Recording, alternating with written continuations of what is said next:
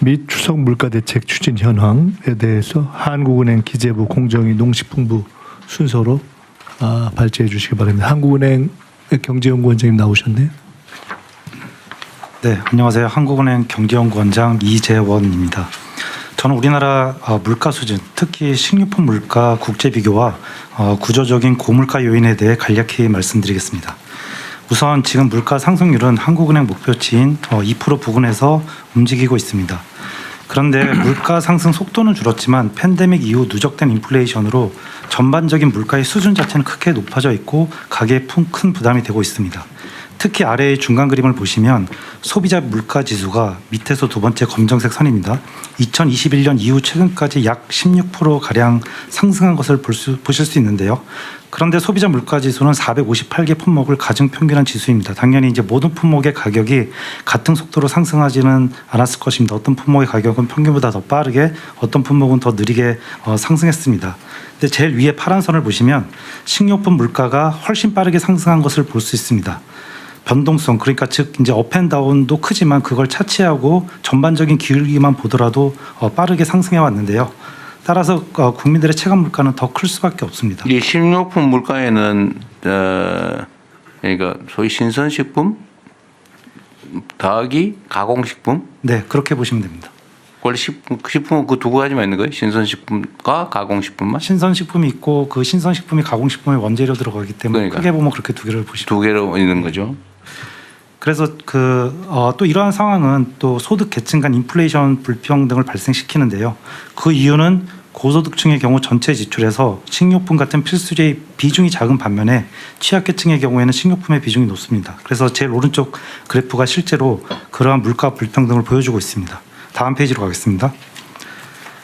자, 지금까지는 우리나라 내에서 안에서 물가가 시간의 흐름에 따라 어떻게 변해왔는지를 말씀드렸습니다. 그러나 이게 이제 뭐 전체적인 그림을 보여주지는 못합니다. 예를 들어서 식료품 물가가 빠르게 상승해 왔다고 하더라도 아직 외국에 비해 뭐 식료품 물가 수준이 낮다면 또는 감내할 만하다면 그래도 아직 괜찮은 것이 아니냐 뭐 이렇게 생각하실 수도 있는데요.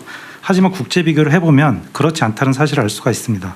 먼저 우리나라의 전반적인 그러니까 평균적인 물가 수준은 OECD 국가 중 중간 정도인데요. 그런데 이제 그게 평균이 그렇다는 것이고 세부 품목별로 보면 어떤 품목은 OECD 평균에 비해 높고 어떤 품목은 낮습니다. 그래서 저희가 이제 세 가지 지수를 활용해 비교해 보았는데 아래 왼쪽에 막대 그래프를 보시면 식료품의 경우 뭐 세 가지 중에 어떤 지수를 보더라도 OECD 평균의 1.5배 정도 되어서 가격 차이가 꽤 큰 것을 아실 수가 있습니다. 오른쪽 그래프에서도 비슷한 패턴을 보실 수가 있는데요. 제일 첫 번째 그래프가 식료품을 보여주는데 가로축은 1인당 GDP 즉 이제 우리나라 1인당 소득이 되겠고요.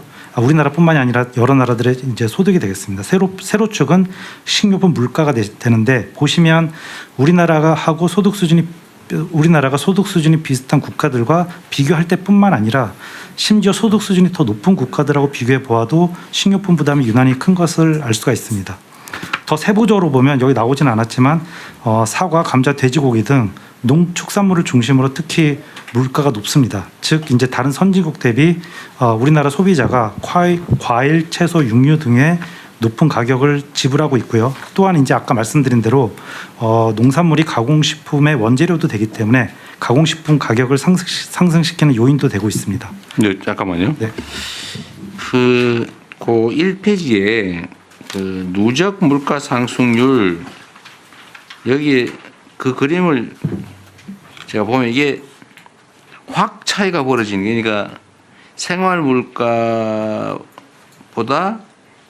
식료품 물가가 확 많이 올라가기 시작한 시점이 22년부터예요 보니까. 네, 그렇습니다. 그때 이제 여러 가지 기후 문제라든가 또 그러니까 그 확 올라갔다가 다시 떨어졌다가 22년 중하반기에는 떨어졌다가 그러니까 그게 아마 중간 치솟은 게 여름철 그 지금 말씀하신 그런 변동 때문인 것 같아요. 근데 다시 떨어졌어요 연말에. 떨어졌다가 그 다음부터 다시 올라갔어요. 근데 이게 올라갔다 내려간 거는 아마 여름이 아닌 변동이 적은 시기인 것 같고 올라간 건 여름철 뭐 태풍 뭐 이런 요인인 것 같아요 보니까 그죠. 근데 어쨌든 추세적으로 쭉 벌어지고 있는 거는 이 신선식품의 그 변동폭 더하기 가공식품들의 가격이 상대적으로 이때부터 많이 벌어졌다 그 말이죠. 네, 그렇게 보시면 됩니다. 애초에 그 신선식품 자체도 여러 가지 신선식품은 이제 그래프상 치는 거고 원료로도 들어가기 때문에 네. 또 유통구조 문제도 있고 해가지고 그게 하여튼 더 벌어지고 있습니다. 이 진폭이 올라갔다 내려갔다 하는 건 신선식품의 영향이 클 거고 네, 맞습니다. 전체 평균치로 더 벌어진 거는 가공식품까지 그렇게 됐기 때문에 왜 식품만 이러냐 지금 오늘 그 얘기를 한번 해보려는 거예요. 네, 맞습니다. 왜 식품만 이런 식으로 많이 올랐냐. 네, 그거의 구조적인 요인에 대해서 말씀을 드리려고 합니다. 그러시죠. 네, 다음 페이지로 가겠습니다. 그래서 이제 제가 강조드리고 싶은 점은 지금까지 이제 보여드린 이러한 이제 뭐 식료품 물가 문제가 단기적인 경제 상황에 따라 생겼다가 없어지거나 그런 단기적인 현상은 아니라는 것입니다. 지금 수십 년 동안 식료품 가격이 다른 품목 대비 빠르게 상승해 왔고 또 그리고 주요국가의 가격 격차 또한 구조적으로 지금 지속 내지 확대되고 있는 것으로 보입니다. 그렇다면 이제 왜 그러하냐? 여러 이제 요인이 복합적으로 작용을 했겠지만 선행 분석 등을 종합해 보면 크게 이제 세 가지 요인이 있습니다. 첫 번째는 유통 비용 상승입니다. 중간에 왼쪽 그래프를 보시면 소비자 가격이 농가 판매 가격에 비해 더 빠르게 상승해 왔음을 알 수 있습니다. 관련하여 이제 오른쪽 그래프를 보면 방금 대통령께서 말씀하신 대로 유통 비용률이 98년에 약 40%에서 2023년 약 50%로 10% 포인트 가량 상승을 했습니다. 다만 이제 뭐 유통 비용 상승에는 그동안 인건비나 임대료가 상승한 부분이 있고요. 그다음에 부가가치 재고 노력 등도 포함된 것임을 감안할 필요는 있겠습니다.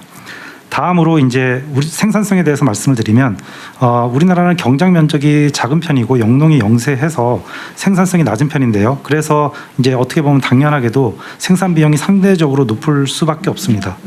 다음 페이지로 가겠습니다.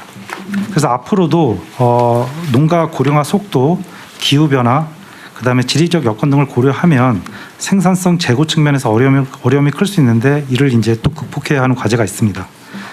마지막으로 이제 아래 왼쪽 그림을 보시면요, 우리나라의 경우 수입을 통한 채소 과일의 공급 비중이 미국이나 유로 지역 여러 국가들에 비해서는 크게 낮은 상황입니다.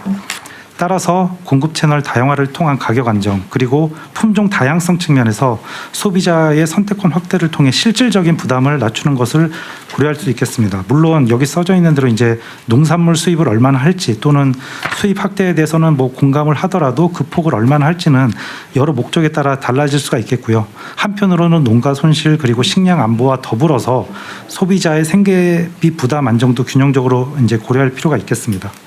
종합하면 지금까지 이제 우리가 봐왔던 추세 그리고 농가 가구 고령화, 기후 변화 등을 고려할 때 지금 뭐 아무것도 하지 않고 대응을 하지 않으면 소비자의 부담은 지속되거나 심지어는 더욱 악화될 수도 있을 수가 있겠고요.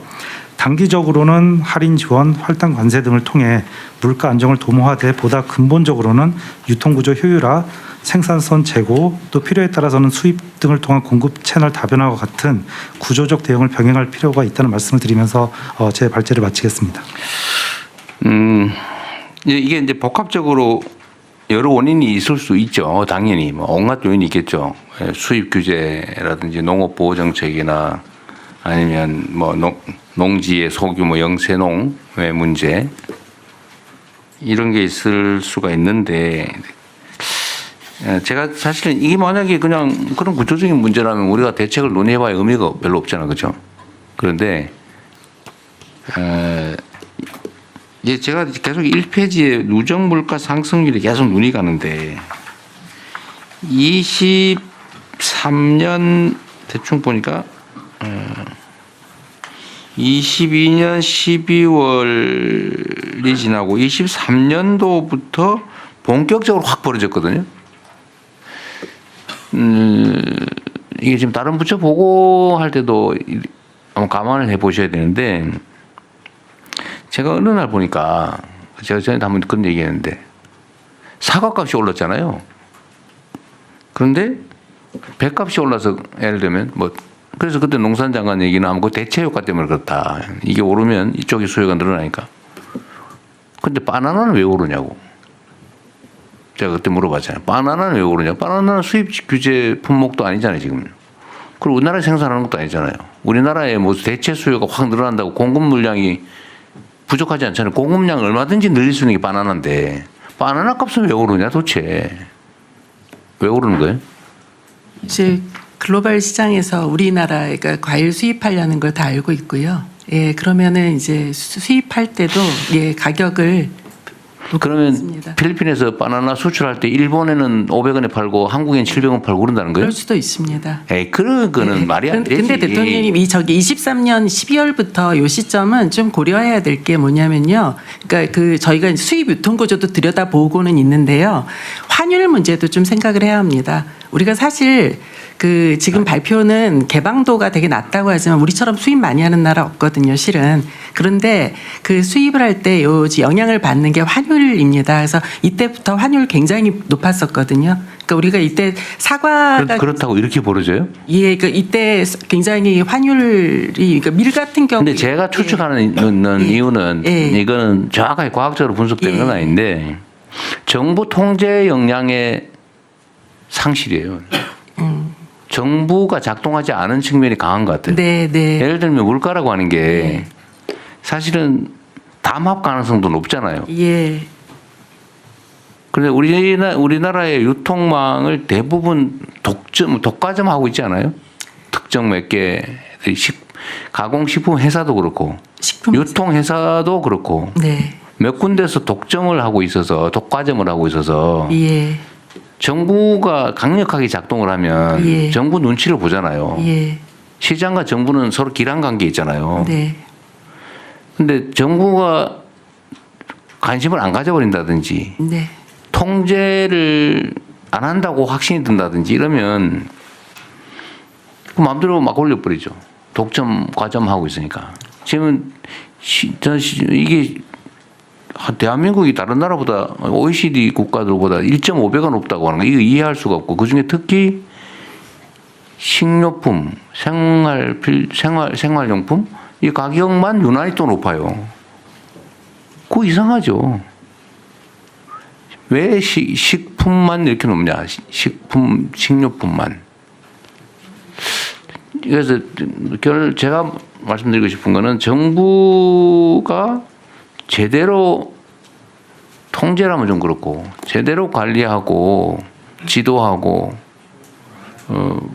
좀 개입하면 상당 정도는 완화할 수 있지 않을까 하는 생각 때문에 그러는 거예요. 예, 대통령님 말씀 그 무슨 뜻인지 알고요. 그러니까 예를 들면 지금 같은 경우에도 우리가 할당 관세를 주거나 이렇게 하면서 그 수입을 해올 때 예를 들면 이게 소비자 가격 인하로 연결되는지를 끝까지 사실 추적을 해야 하는데 그 부분이 좀 소홀한 측면이 있습니다. 그래서 저희가 그 부분을 조금 그 소비자 가격 인하로까지 할당 관세 등이 연결될 수 있도록 그 부분을 좀 챙기는 그러니까 내가 아까 바나나 얘기를 한 이유가 사실 그건데 그럴 수 있죠. 예를 들면 한국은 사과값이 올라서 배값도 올라서 토마토도 올라서 바나나도 오르겠네. 예. 그러면 필리핀에서 예를 들면 한국 수입상한테는 700원, 200원 더 받아야지.